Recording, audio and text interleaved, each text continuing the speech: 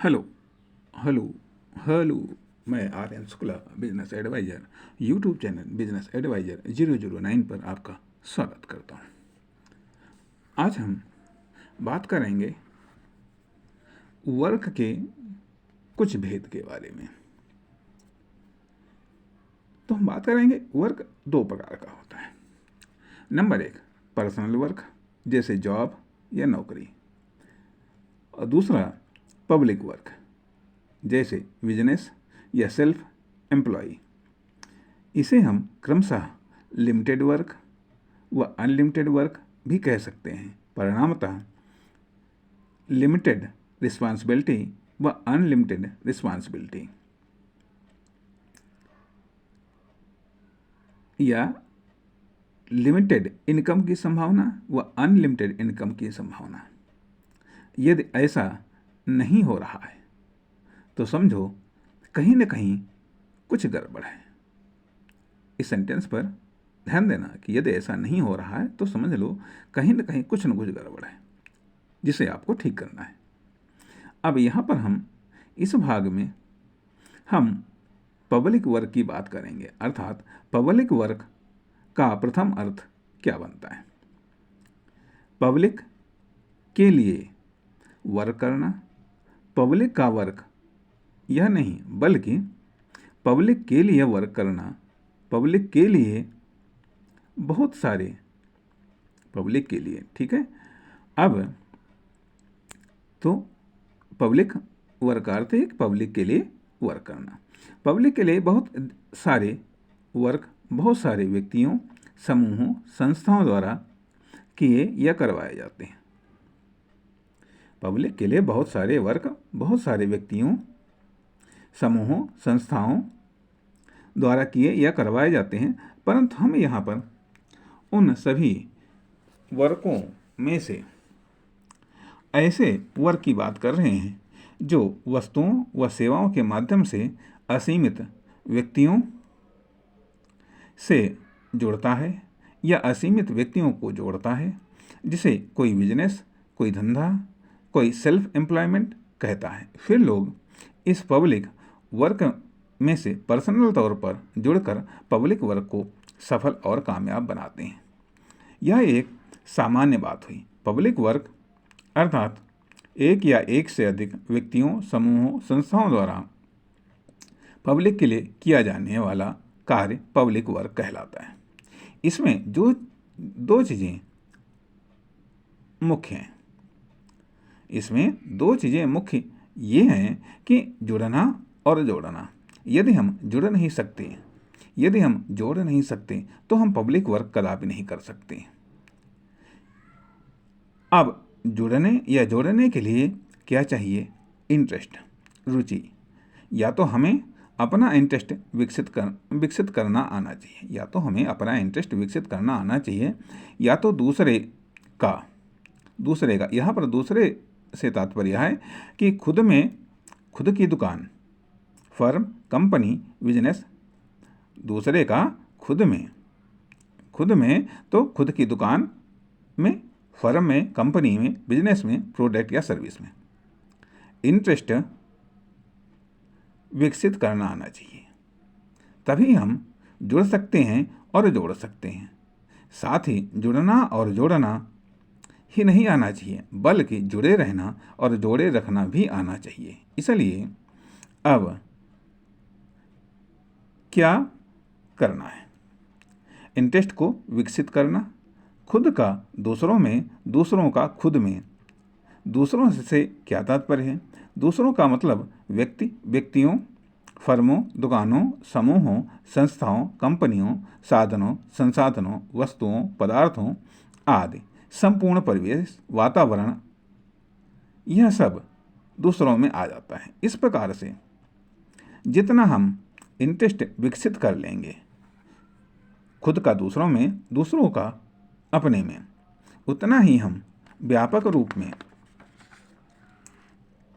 और मजबूती से दूसरों के साथ जुड़ सकेंगे और खुद के साधन, संसाधनों, वस्तुओं, पदार्थों, सेवाओं, दुकानों, फर्मों, कंपनियों में दूसरों का व्यापक अर्थ में इंटरेस्ट विकसित कर लेंगे। उतना ही दूसरों को खुद से खुद की फर्म, दुकान, कंपनी, बिजनेस, प्रोडक्ट या सर्विस में से जोड़ सकेंगे। जब हम जुड़ेंगे या जोड़ेंगे तो इससे क्या होगा? नंबर 1, अपरिचित से परिचित में बदलेगा। नंबर 2, परिचित से और परिचित में बदलेंगे। नंबर 3, और परिचित से घनिष्ठ में बदलेंगे। नंबर 4, घनिष्ठ में बदलने पर संबंधों का जन्म होगा।